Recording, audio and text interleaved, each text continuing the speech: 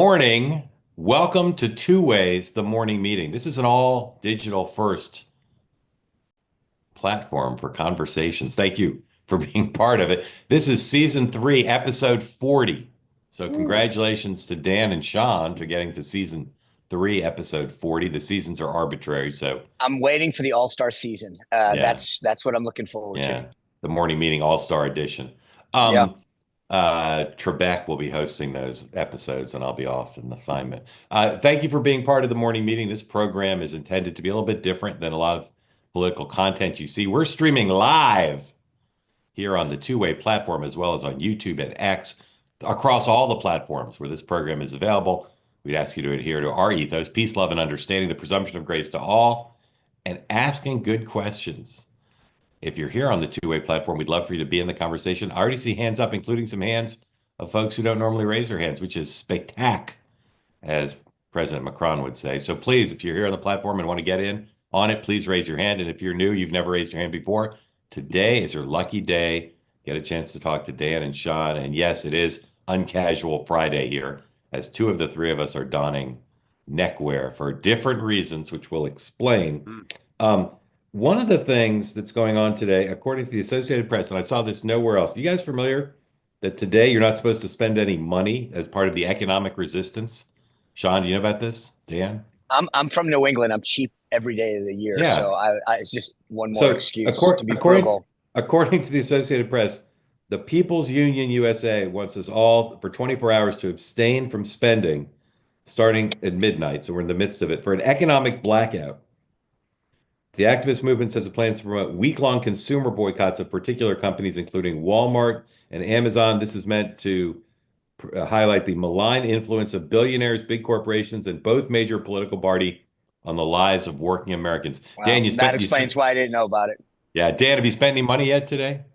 I don't think you can like walk out the door in New York City and not spend money. So yes, Yeah. we're already spending. So on Lou Grant, the spinoff of Mary Tyler Moore, and here's a trivia question for you guys. Can you name another spinoff that went from a comedy show spun off to a drama? From a half-hour comedy spun off to drama. Can you name another one? Lou Grant was spun off of Mary Tyler Moore, comedy to drama. Anyway, while you think about that, there was a character on Lou Grant called Rossi, and he was a reporter who worked for Mr. Grant. And he was hardcore, serious reporter who didn't want any conflicts of interest.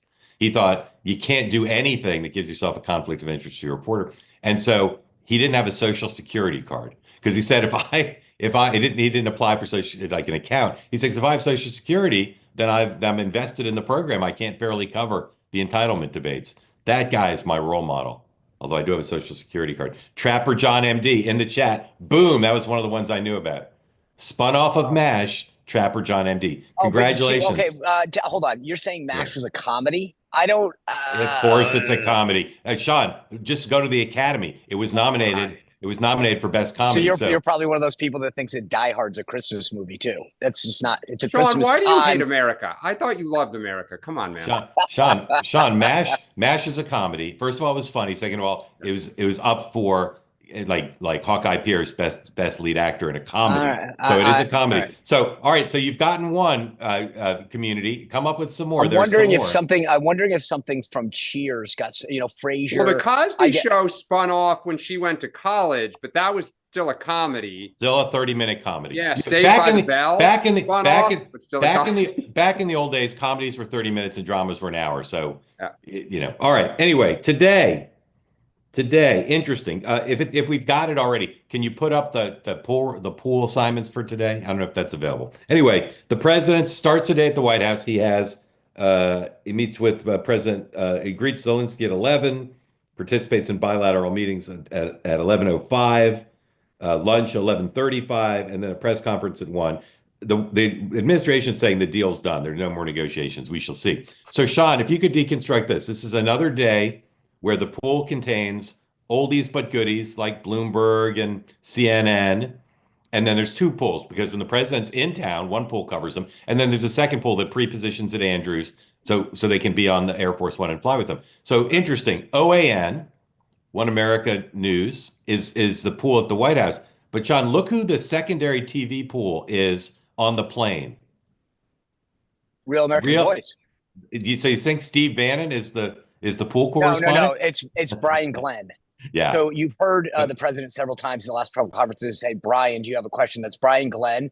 He actually started Right Side Broadcasting, which for those of us that were on the 2016 campaign, this was the one organization that basically attended every single Trump rally and streamed it live for us. Brian made his name there and got brought over to Real America's Voice, based out of Palm Beach. So yes, it broadcasts Steve Bannon's War Room and Charlie Kirk's show, but it's really been it's actually based down there in West Palm.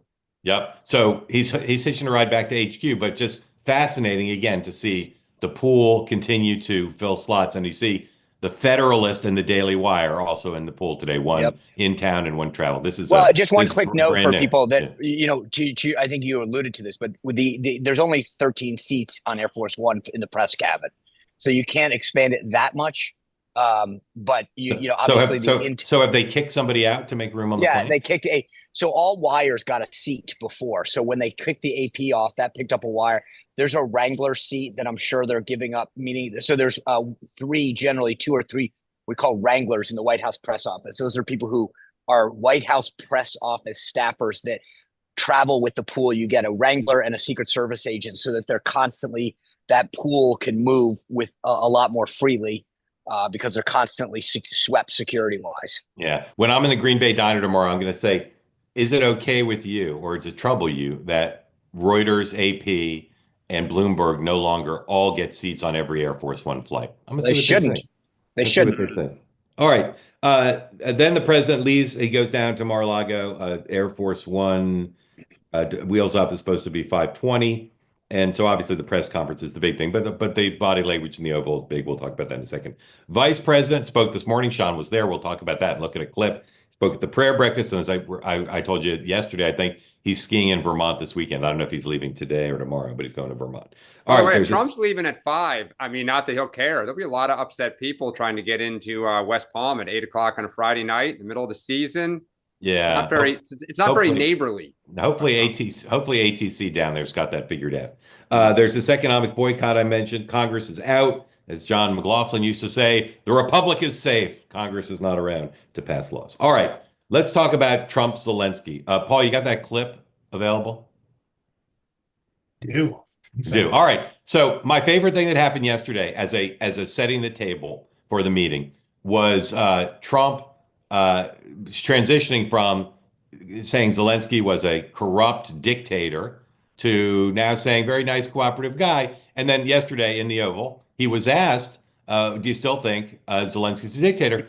brought to mind something that you'll see in a second. But I also, if you haven't seen it yet, watch the little hint of a smile on Trump's face as he knows he's engaging in a little sleight of hand. Roll tape. Mr. President, do you still think that Mr. Zelensky is a dictator? Did I say that? I can't believe I said that. Next question. Is that Costanza over there? What are you doing here? What? Am I crazy? Or didn't you quit? When? Friday. Oh, what? That? Are you kidding? I didn't quit. Why? You took that seriously. You mean laughing stock, all that stuff? Come on, will you stop it? No brains, no ability? Teasing. What? Okay, I want you out of here. I don't know where you're getting this from. You're serious, aren't you? Oh, you see, you don't know my sense of humor. I mean, Dan. Ooh. Dan, why is the president pulling a Costanza on the eve of the meeting? Oh, because he changes his tune when it suits him. I mean, I think he doesn't want to go into this press conference with somebody asking him with Zelensky standing there. That'd be a little awkward. So he's moved past it. It was useful when he needed it, and now he doesn't need it. And what is the goal, do you think, for Trump at the meeting today?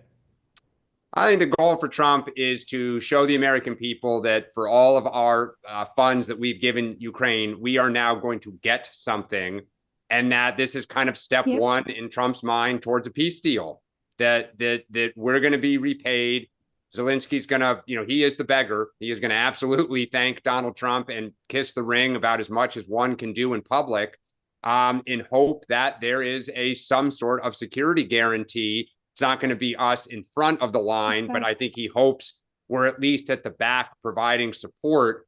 The interesting thing is it came out this morning too, what the Russians are asking for.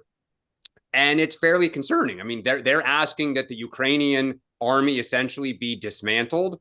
They're asking that no Western assistance be allowed in the future, and that any talk of the West helping, they have veto power.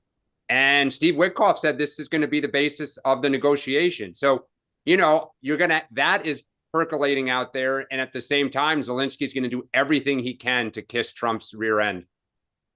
Sean, what's the connection between today and the next phase of getting a deal with Putin? Well, I mean, obviously, the goal is to lock Zelensky into something. He met with Starmer and Macron. So to say, I've got Europe, I've got Zelensky.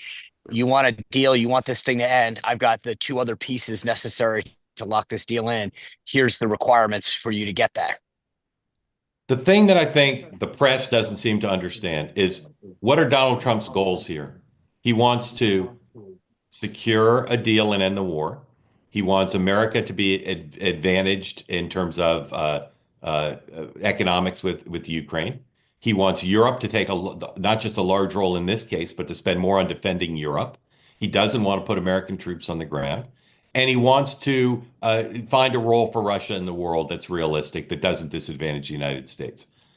By the way, those are not only all very popular, but they're all very sensible.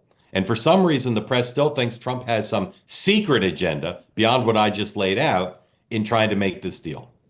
I think that you have to understand, and I've said this before, he wants to be the president that gets credit for peace, for solving conflicts, for doing things that no one else could. So this is not about Russia as much as it is solving a problem that beleaguered the last administration, that he can take credit for as a major accomplishment of his administration.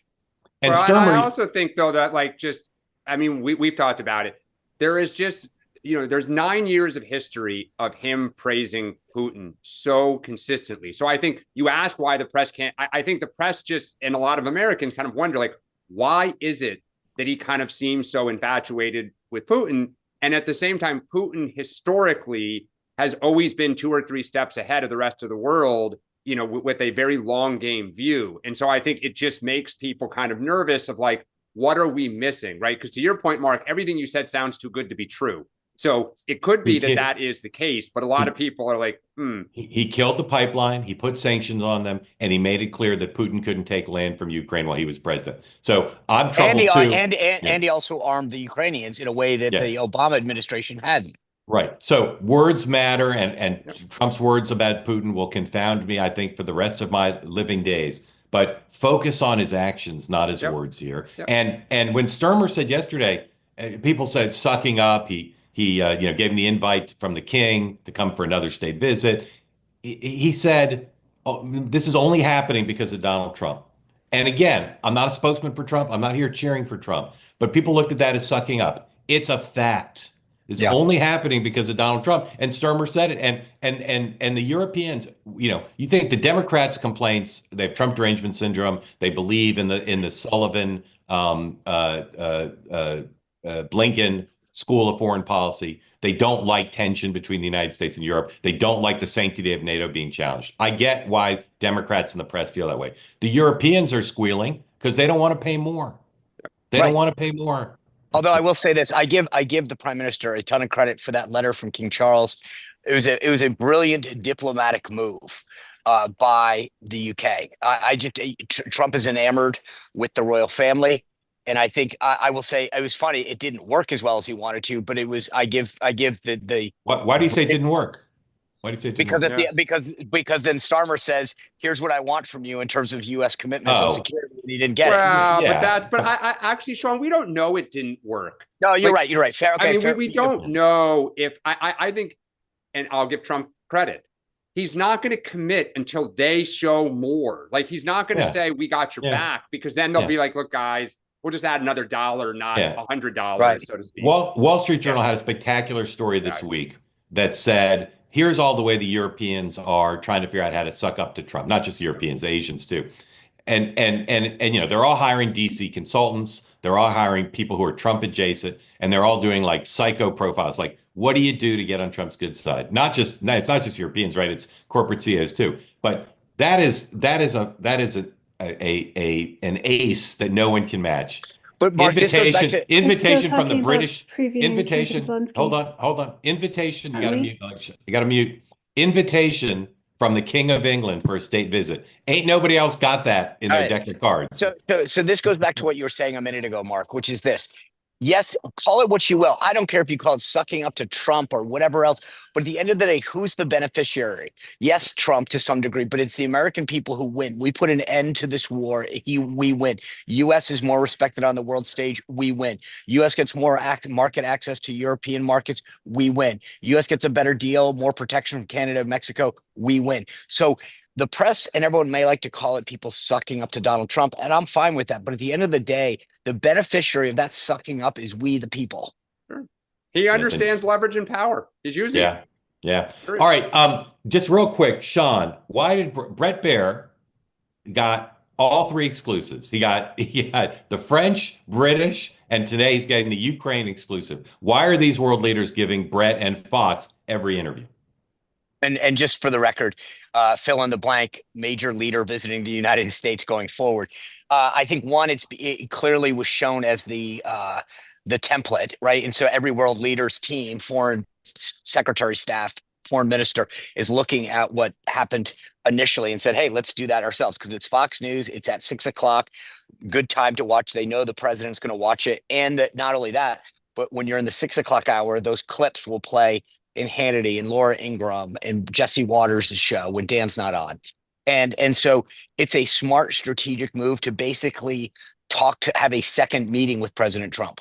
Yep. And I'll tell you one other reason, and I agree with everything you said. Dick Cheney used to refuse to do any Sunday show but Russert and Meet the Press. And the reason was he told his staff, I'm not getting up early on my day off to do these other shows where the questions will not be good. If I'm going to do it, I want good questions. And Brett has good questions, and they respect that. They're not wasting their time with some crap interview. And not that, again, I don't necessarily agree with this narrative, but when you're doing it with Brett, you get somebody who's going to ask tough, fair questions that I mean, Hannity is not a self-described news guy. Same with Laura and Jesse. And so that you get credit with staying within the news lane, but knowing that he's not going to come after you. That's exactly what I was going to say. Yep. There's a little bit of breaking news. Question. Has English ever been the official language of the United States in the history of the Republic? No. Yeah. It's the president today, according to Meredith McGraw, a great reporter at the Wall Street Journal, he's going to sign an executive order today making English the official language. Well, I will compliment her. Meredith has had a very strong record of reporting. She's a great reporter. For those people who don't think I say anything nice about the press, there's one for you. Yeah, she's very good. Dan, we talked yesterday about who should give the Democratic response to the president's speech next week. They chose Michigan freshwoman Senator Alyssa Slotkin. Good choice, bad choice. Why? Yeah, she's a good choice. I mean, she can speak to the kitchen table issues. She just did it running her campaign in Michigan, obviously, winning a state that Donald Trump won. If they're going to talk about national security, she can also do it. She's a former CIA officer. It's actually kind of where she made her name when she was in the House.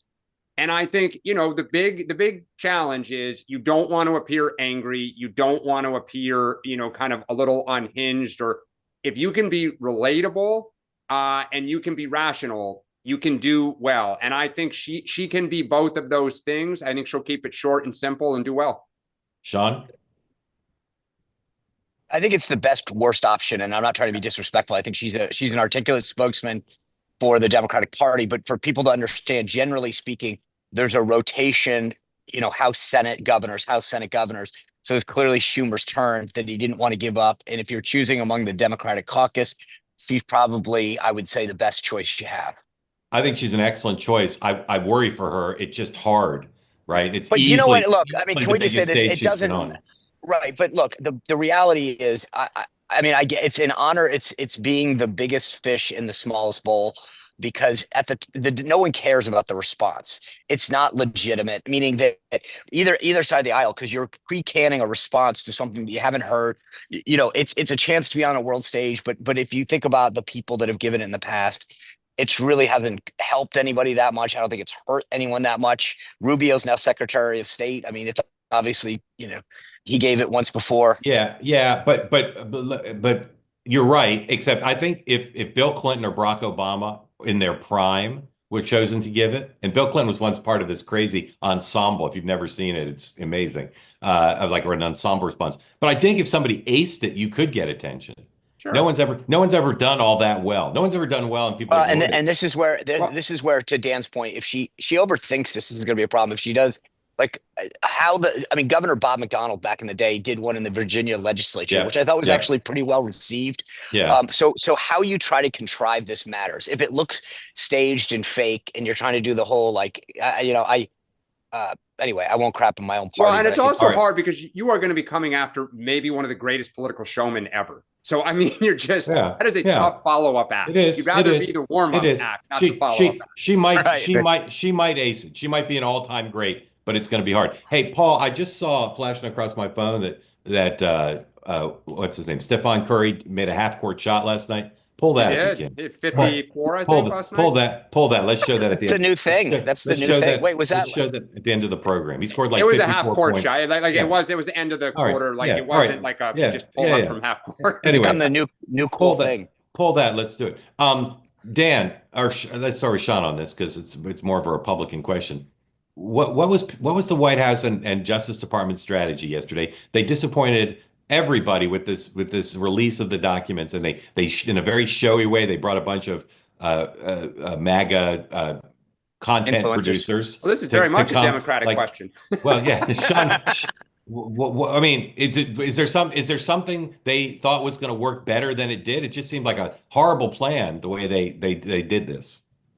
Well, I'd say so a lot of times when you're coordinating amongst agencies, so you've got DOJ coordinating somewhat internally with the FBI with the documents, them coordinating with the White House overall, probably with the counsel's office, and the counsel's office coordinating with both staff secretary and the comms office. And so that's where things get messy. So the binder comes out. From what I can tell, and I've seen online, it's just a regurgitation of a lot of other public documents. You saw the letter last night from Pam Bondi directing Kash Patel to find out why apparently the Southern District of New York may or may not have hidden audio, video, and other materials from the release in the tranche of stuff, ordering it that by 8 a.m. this morning. It probably wasn't the best rollout, but I think that the consequence is going to be better because now they have to kind of put more stuff out. I thought it was also interesting that, like we talked, if you look down the list of people who were on that, they put the president's name on the list of people who have been on the plane and they redacted others. So for everyone who thought the president might shield himself, that was clearly not the case. Dan, have at it. I think it's a great example, and it may be in the history book as one of the ultimate, that like everything is a production and basically everything is focused at MAGA. At the base. I mean, the whole thing from who they chose to reveal it to, the lead up, like, I thought it was somewhat embarrassing. I mean, I just thought the whole thing, it's scandalous, it's gossipy, and you're going to just call in a bunch of MAGA podcaster and influencers? Like, what are you doing? I thought it made her look small. I agree with every word. Every word. All right. A couple more things, and then we're going to go to your questions. So please, if you want in on the conversation, raise your hand. Sean was at the Catholic prayer breakfast this morning. The vice president spoke. We'll get to see what Sean's review is and describe the scene a little bit. I will tell you as a preview of what we're going to talk next. He's my winner of the week. He's on an incredible streak. He is so popular with everybody in the party, including the president. Roll tape, please. A little bit of the vice president from this morning. I want to say a couple of words just about Trump administration policy, because while you're certainly not always going to agree with everything that we do in President Trump's administration, I feel very confident in saying that between protecting the rights of pro-life protesters, between ensuring that we have an opportunity to protect the rights of the unborn in the first place, and importantly, protecting the religious liberty of all people, but in particular Catholics, I think that we can say that President Trump, though not a Catholic himself, has been an incredibly good president for Catholics in the United States of America. I've seen a lot of political speeches over 30 years. This was one of the best. He was fantastic. And a lot of it was off the cuff. He walked out and basically said, all right, I know my team's going to freak out on me, but I'm just going to talk to you guys. And it was, so what made it good was that it was genuine. He sprinkled in some policy stuff with his own faith journey, made some fun Catholic jokes at our expenses because he's a convert, and he talked about cradle Catholics versus what he calls himself a baby Catholic. It was funny. It was inquisitive. It was impactful. He prayed for the Pope, who is suffering some health issues right now. He did a phenomenal job, and it was, to me, a reminder of why he is the future of the party and the movement today. Just as some background, today is the 20th anniversary of the National Catholic Prayer Breakfast. This is the first time I'm sitting here in the convention center. It's been at a Marriott hotel for at least the past 10 years, but because of the, not just that JD was going to be the speaker, this was planned well before the election, but the growth of the Catholic movement and politically, it was a multiple of the size it was in the years past. And it's amazing when you walk around, they identified a lot of the Catholic administration and congressional leaders that were here and that are important in the movement. It's just been amazing to watch it grow over the past several years. Yeah, Dan. I mean, just some of the irony here. Joe Biden was a practicing Catholic. I mean, he would go to mass every single Sunday. I'd see him. He would go to Holy Trinity in Georgetown. He didn't brag about it. He talked about it a little bit, but it got him through a lot of challenges in his life. And so I just, everyone has their own opinion, but it's ironic that he's talking about Donald Trump as this kind of model Catholic. But see, Dan, and I know, and the issues matter. I get it. But this is, so actually, here's what I was going to say. I actually, this is to me, like, when I was in the White House, people used to say Spicer, a devout Catholic. And I'm like, I've never talked openly about my faith. And I think that everybody's personal relationship with God is theirs to discuss, not to discuss. And so I would never impugn somebody's relationship with God and how they want to discuss it or express it. That's between them and God. But I will say this, what Joe Biden did that I actually had a problem with is that if you're going to talk openly, which he did, about being a practicing Catholic, and then undermine the very tenets of that faith publicly, it really undermines your credibility. Look, I mean, Vance undermines it on the death penalty. I was just going to say, look, as someone who went to a Jesuit high school and was born and raised Catholic, this is a tension in the Catholic Church and why the Catholic Church has lost parishioners in America and in Europe. There are some issues that Joe Biden is, to Catholics, not good on. And there are some issues that Republicans are not. And by the way, hold on. The Pope and American Catholic leaders have been very critical about immigration, about treatment of immigrants, because they say. So I mean, it's got to be fair. Yeah, no, and it's I think a Catholic episode, everybody. Right. No, by the way, yeah. Well, it's funny because we talked. Mark was asking about that. JD addressed a lot of that today. I think the difference for me is I get it. A lot of Catholics struggle with certain tenets of the faith and certain issues, right? And that's something that we just talked about, that the vice president talked about today. But I think the difference is that you don't flaunt them. Like, there are disagreements that people have, and where I had a problem with Joe Biden, especially on the issue of life, is that's not some small little issue. That is a tenet of the faith, and he would basically dismiss it, which is, again, it's one thing to say, here's my concerns with it. Joe Biden was pro-life, and he wrote extensively about it. He switched his position, not because of a disagreement with the faith, but because of political things. And that, to me, that's where he lost me. Let me tell you two things about JD Vance. We got to move on to winners, losers, and looking forward this weekend, and then we'll get everybody's questions. If you want in on the conversation, please raise your hand. First of all, Sean is right. You should watch the whole speech, whether you like Vance or not. You should watch it. One of the things he said, which was just tweeted, which also caught my eye. Vance tells the Catholic Prayer Breakfast that when the pandemic first happened in early 2020, his second child was only 3 weeks old. And he went to Dick's and bought 900 rounds of ammunition. And then he went to Walmart and bought 2 bags of rice. 2 bags of rice. To wait it out. All right. I got to tell you, It was one of the that's good funniest lines he stuff. gave today. Yeah. And then, of course, 900 he rounds of actually ammunition and 2 bags of rice. he also made some funny jokes about waiting for his kid to be baptized. And he said, if any of you have a problem, that's on the Dominicans. They're the ones who told me to do it. So again, a lot of inside baseball Yeah, Catholic jokes. humor. We never know what's going to happen. He could crash and burn. Trump could turn against him, although he'll never. Trump, Don Jr. and Tucker will never turn against him. And so, I will say, if you look at the modern history, uh, influential vice presidents who had great relationships with the president, little tension, and super sway with the staff, and the ability to be their own person, but also a team player. You can look at Al Gore, you can look at Cheney. This is unprecedented in our time, what's happening right now. His influence and the fact that everybody likes him and he knows his lane. There's no danger of what happened with Gore with wanting to start his own political operation. No danger what happened with Cheney, where Cheney overshadowed the president in some ways after 9/11. Like this is unprecedented what's happening here.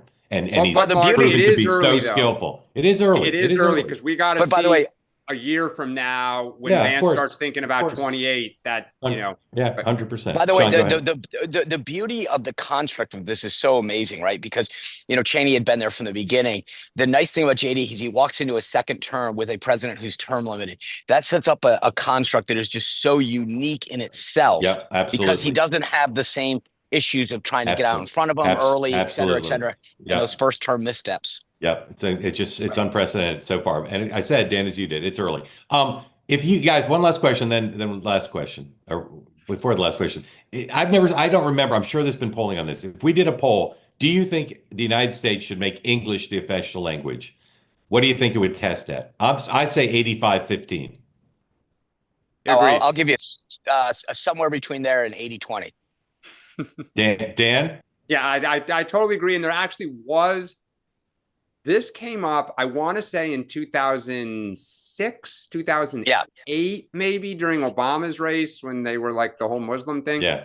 It tests very high. Dan, and that's why I think there's probably been some erosion in the last decade. But I remember, this was the contract with America Plank, if I'm not mistaken. Yeah. Dan, if you were working for a Democratic senator who said, Dan, I just think it's a bad idea. But they're about to have a press conference and they know they're going to get the question. What would you tell them to say? There are a lot of things you may think are a bad idea, but on this one, I highly recommend you get on board. I would not try to die on this hill. But enthusiastically be for it or say who cares? Yes, I would co-sponsor it. I know all the reasons people are going to say you shouldn't do it. Americans just think that and let me back up. Most countries think that you ought to assimilate to some degree to your home, to wherever you're residing.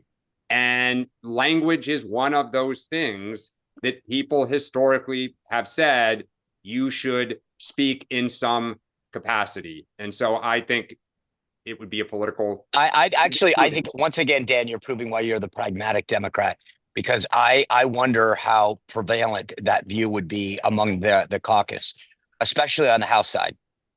Yeah, it'd be interesting to see if they get asked about it when they're back next week. They're so different when they're on recess as they are this week or whatever it's called.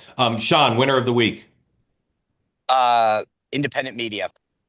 I think that the addition and the expansion of the press pool, the addition of folks has been a huge welcome for the First Amendment, for our country, and for politics in general. Dan. Speaker Johnson. We were hard. Everyone in town and was hard on him. He got it done. A lot of problems to come, but he got it done. I give him credit. I'm making, as I said, JD Vance my winner of the week, and I may just do it every week until he screws up. Sean, loser of the week. Well, you could say Donald Trump every week because he's winning. Like I think we have to take some obvious. It's like on Wheel of Fortune, when Wheel of Fortune gives you the NLS, and then I think we take certain consonants off the table and say Trump can't. Okay. My loser of the week, as probably is easy to guess, is the White House Correspondents Association. They blew it and dug themselves deeper into a hole that they'll never get out of. Dan. I'm going to say Elon Musk.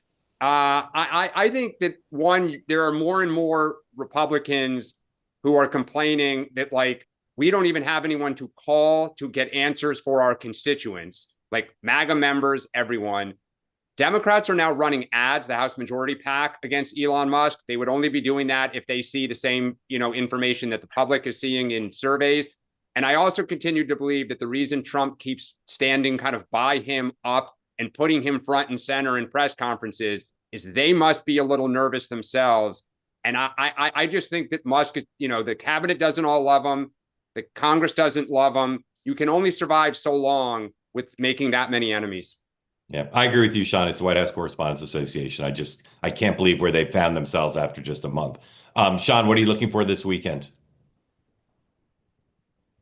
I think how this deal plays out, as we talked about the schedule, the president's going to take off, go down to Mar-a-Lago.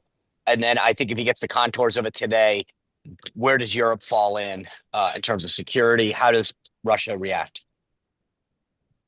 Dan. Yeah, I was going to say the same exact thing. What is the fallout in Europe, and what is the fallout with the Gang of 500?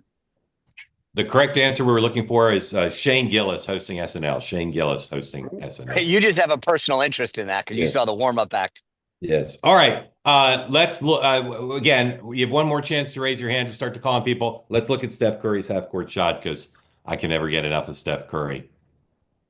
Maybe our kids are going to watch this now. And Cole Anthony looking to inbound. Comes into Carter. Fakes the three. Moves in a step. A two-point attempt. It's good.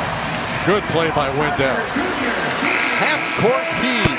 Curry knocks it in. That's what he does. He thrills the crowd. Yes. All right. I forgot. We have one more thing. So this morning I was on YouTube, and as you know, the YouTube algorithm is the most powerful thing since Bam Bam on the Flintstones. That is so powerful. So it offers you up videos, right, based on things you've looked at before. So here's what I got. Here are the 6 videos that I was offered this morning. All great American iconic brands, right? All great American iconic brands. All right. So Miley Cyrus, Marilyn Monroe, Rachel Maddow, Gene Hackman, W.C. Fields, and Dan. That's what I got. It's an honor to be with all those people. I went with Miley Cyrus, by the way, because I don't remember ever watching her singing 50 Ways to Leave Your Lover on SNL. It was quite good. And I knew I was going to get Dan before too long. All right, let's go to your questions. As always, tell us where you are.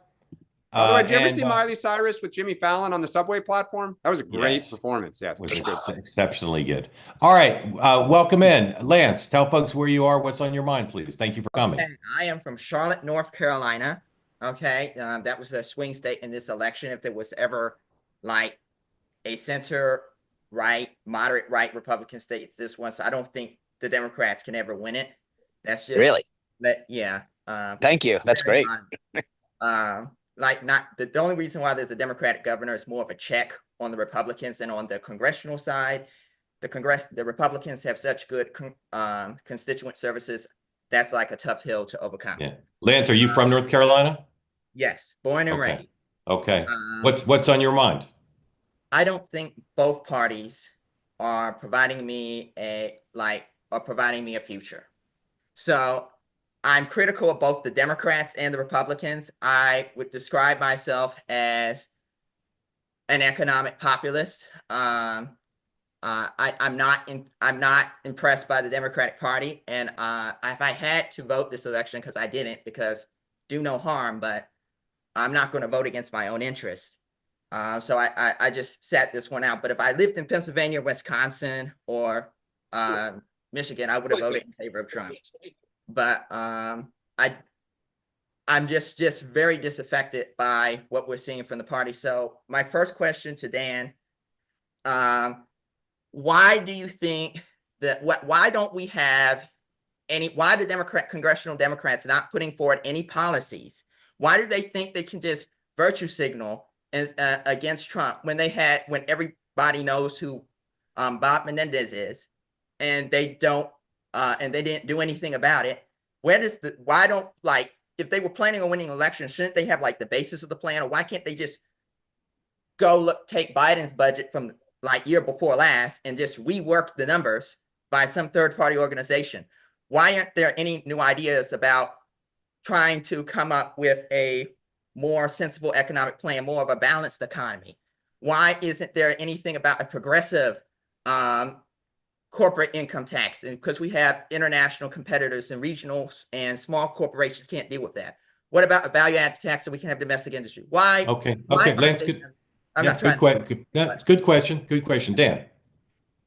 Yeah, I think give it a little bit of time. I believe that sometime this fall, early next year, which is kind of the traditional pattern when you're out of power, and then as you head into the midterms, that the party will begin to offer a message, a positive message of what we are for, both on the economy and, you know, probably immigration. Like, you'll see what is on the minds and most important to voters at that time, and you'll offer your message for the election. I think this was an issue we talked about it all fall for Kamala Harris, that she did not fill in those blanks sufficiently. The stuff that she did propose was fairly small, kind of, you may be too young for this, but Bill Clinton famously kind of ran on school uniforms in 1996 and like things that were not Midnight very basketball. big. Yeah. And so, you know, it's a problem. And I think the party doesn't know what it stands for yet, but it will get there. And it is common when you're out of power that you are more public about what you are against than what you are for. And look, Donald Trump in 2021 and 2022 really just railed against what Biden was doing. It was only when he started his campaign that he began to fill in the blanks of what he was going to want to do for you. Okay. I would just can I ask you two questions though, Lance? Okay. Let me just make it one right now. Like, among your peer group of friends that you hang out with, how many of them didn't vote for Senate? Just roughly didn't vote, and how many of them voted for Trump, and how many of them voted for Harris? Okay, it's like half of them didn't vote, and I would say there's certainly like a 3/5 like Trump leaning, like 60% of them voted in favor of Trump. So yeah. And of the ones that didn't vote, did they not vote because they were just apathetic, or they shared your concern that they just didn't think that either one of them served their purposes? I think in some cases it's either one. So I think some cases they're apathetic, but they're very critical of both parties. I don't think they could be galvanized into voting, but are they still critical, Lance? Like, as they see the first month in Doge, like, do you think the people who voted for Trump or who were apathetic, has what he's done moved them towards him? No. They're pretty. See, that's good for Democrats. They're critical towards the system overall. That's good. But what I would say, I've talked to a lot of people who have voted, and what's going on with Doge, it's like Elon Musk's low approval rating, I would say, is more of a result because of his business practices. So I don't really feel like that really ties into anything that he's doing politically. It really doesn't. So I would say the Democrats coming out and saying, here are some of the things that we would cut, would actually be something that they should like start doing. And by the way, Lance, I think, Lance, you just put your finger on something that's really important for people to understand. There's a difference between whether or not you like Elon Musk or the style. And maybe you just mentioned this, it's brilliant, that maybe you also don't like him because of SpaceX or Tesla or something that he's doing adjacent to his government work. But that doesn't mean, and people shouldn't interpret that they're not excited about the work of making the government more efficient and rooting out waste. Yeah, I agree with that, but I still think there's a capacity of him to go too far. I really do think that's there as well. So it's not something there, but ranting about the email of doom is not it, because that's like every single high school and college student has to deal with something like that, right? A 2 to 5 paragraph essay, like once in their lifetime or during a class every single year over a weekend. So they got it good. So I'm not trying to bash them, but that doesn't look existential threat to democracy. But no, it's just that he's not their boss, and he spits out stuff randomly. Then he kind of pulls some of it back. Then he's like, okay, like, it seems chaotic. And for those who haven't read the New York Times story today about the background of Doge and some of Musk's motivations, which is the first time I've seen that reported, that some of this started with he's just really angry that regulators were looking at his companies.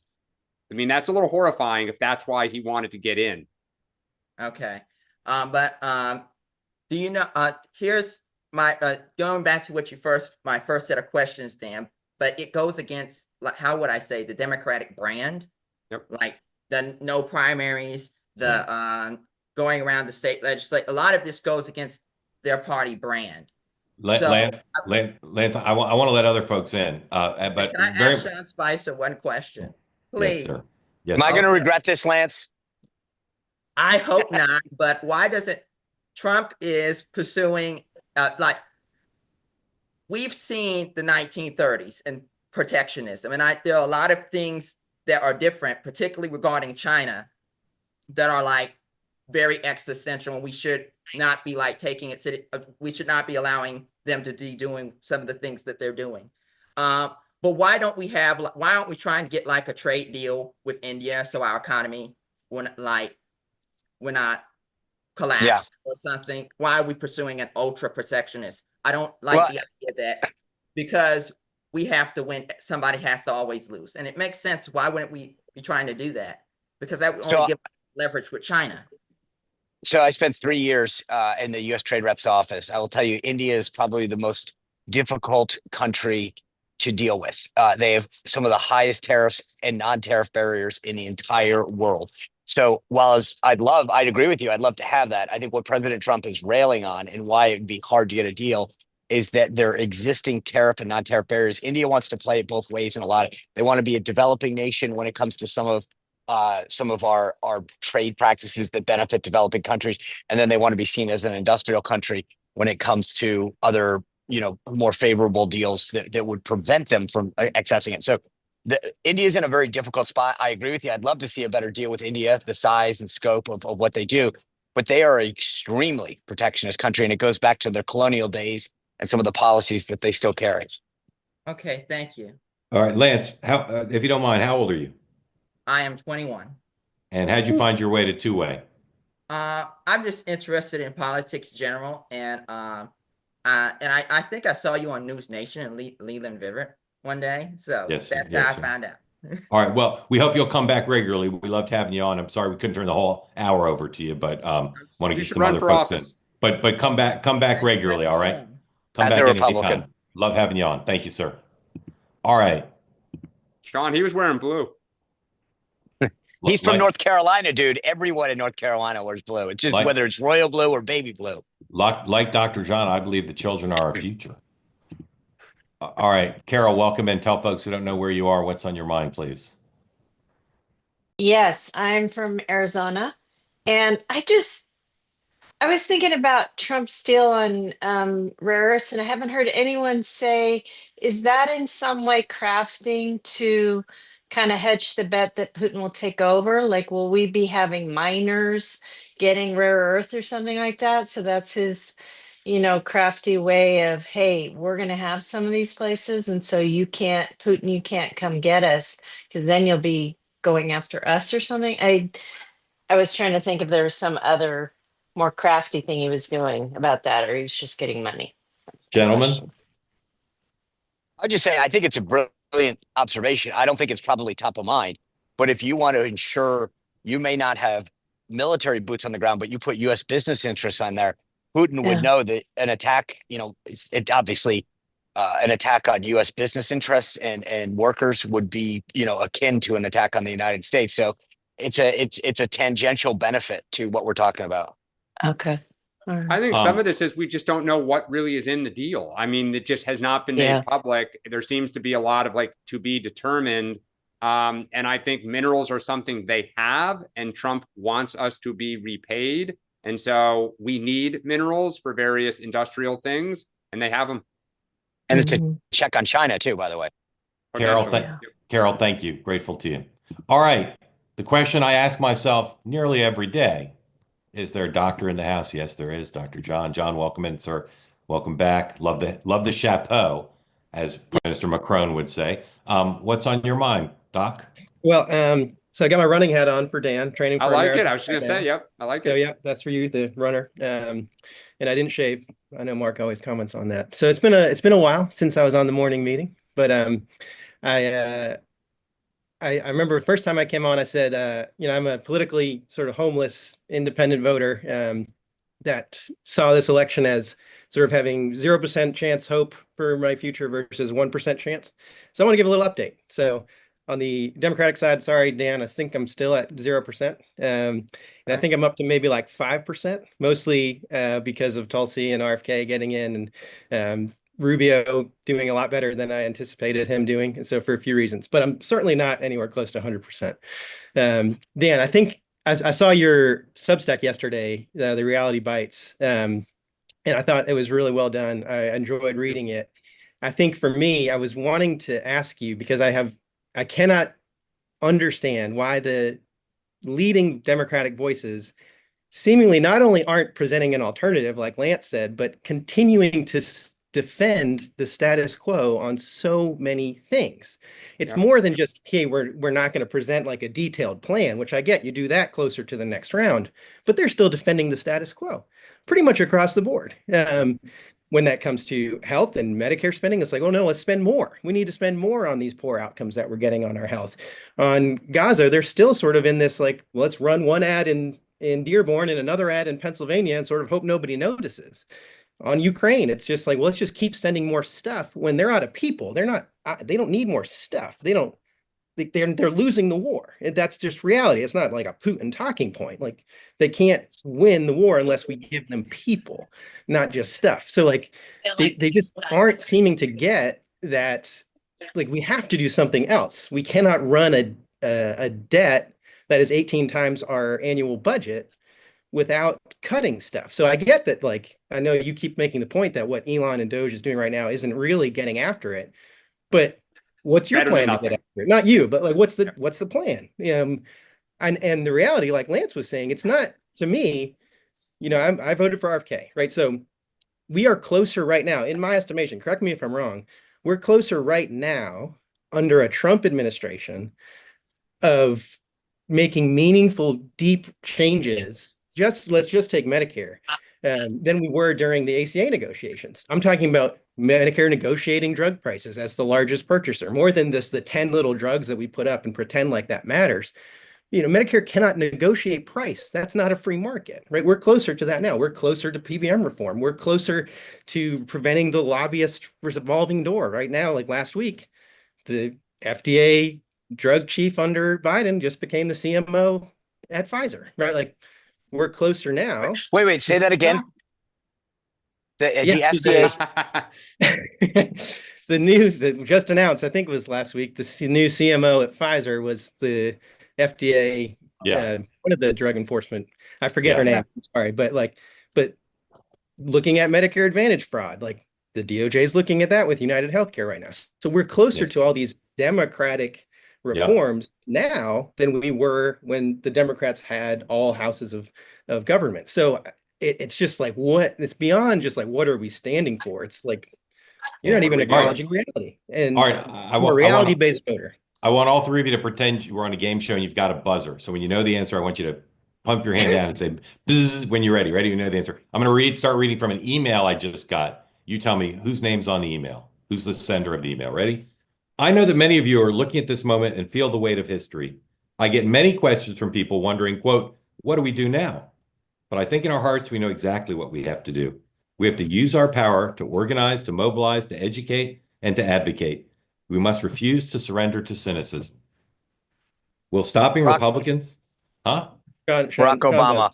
Incorrect. Will stopping Republicans from taking away Medicaid from people who need it be easy? No, of course not.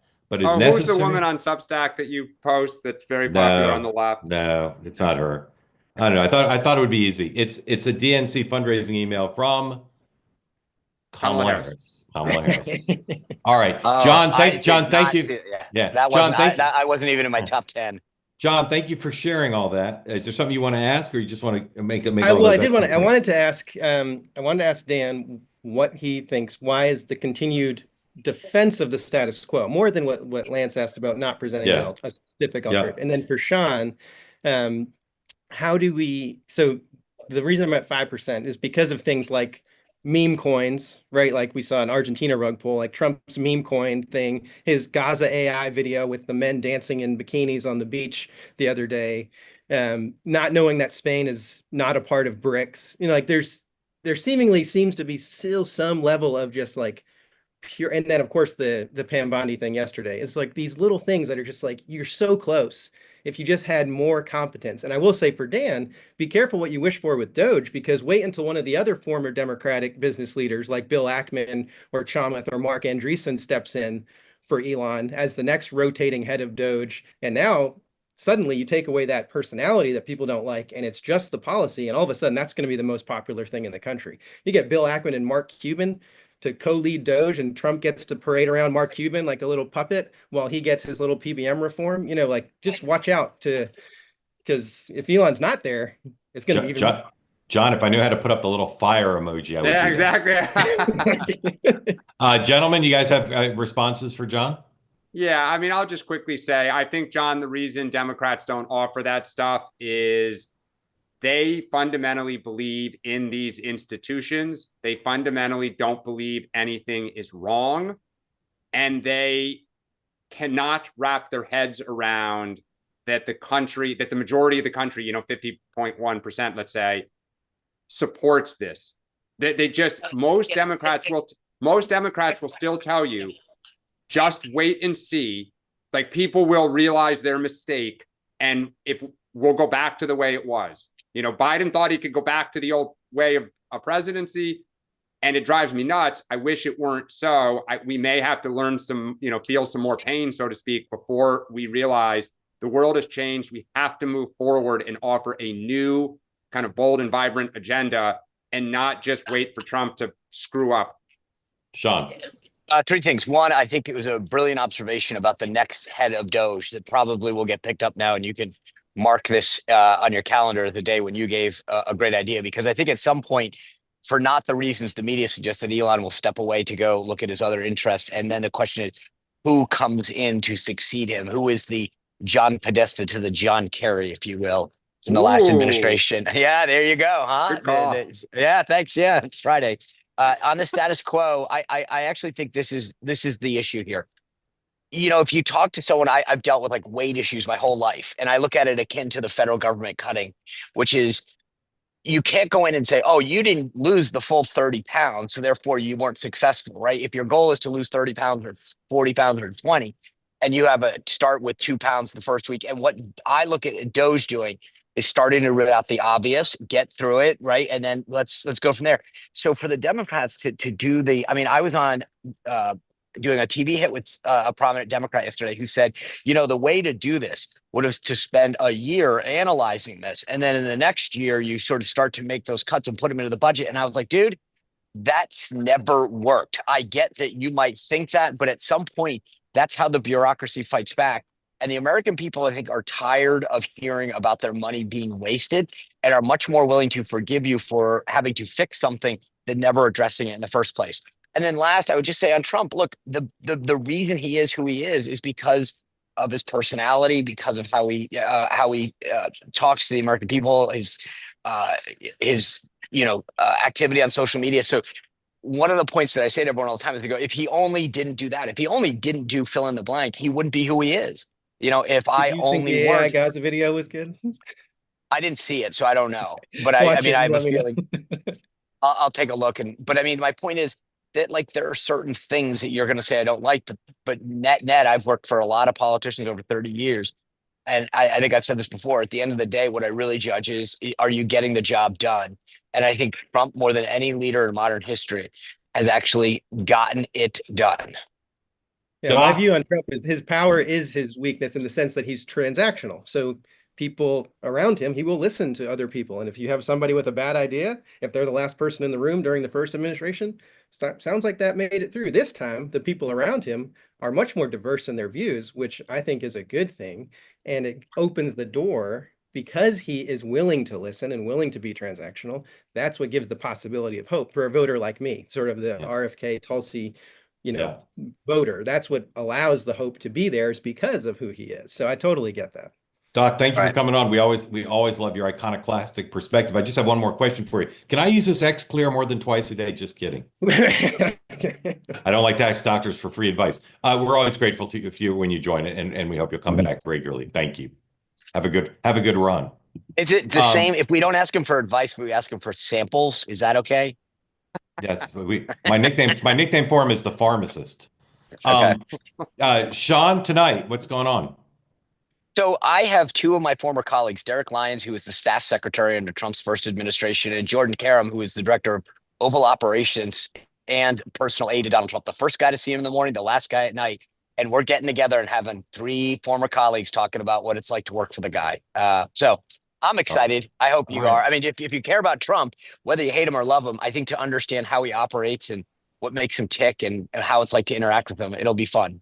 All right, that's dropping at 6 tonight. John, I muted you because I didn't want to get you in trouble with the Tennessee Medical Board. That's why I muted you. I'll be on at 6 tonight. We'll have full coverage of the Zelensky Trump press conference and everything else that goes on today. And then the three of us will be back next week, Monday, 9 a.m. Eastern time. And then remember Tuesday night around Donald Trump's speech, before the speech to Congress, during the speech to Congress, and after, we'll have full coverage of the Trump address, and you can join us. Same format we always use. A lot of conversation around with some good folks who we invite to come, and then all of you able to ask questions and experience the speech in a different way. If we're not your first screen, make us your second screen.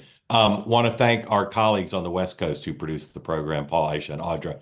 Incredibly grateful to you and the folks here in New York, Noah, and everyone else for producing this program brilliantly for another week, including humoring me with that Seinfeld clip and the Steph Curry clip. So thank you for that. Thank you all for watching. Great participation today. See you tonight at 6. And again, three of us will be here Monday morning. Have a great day.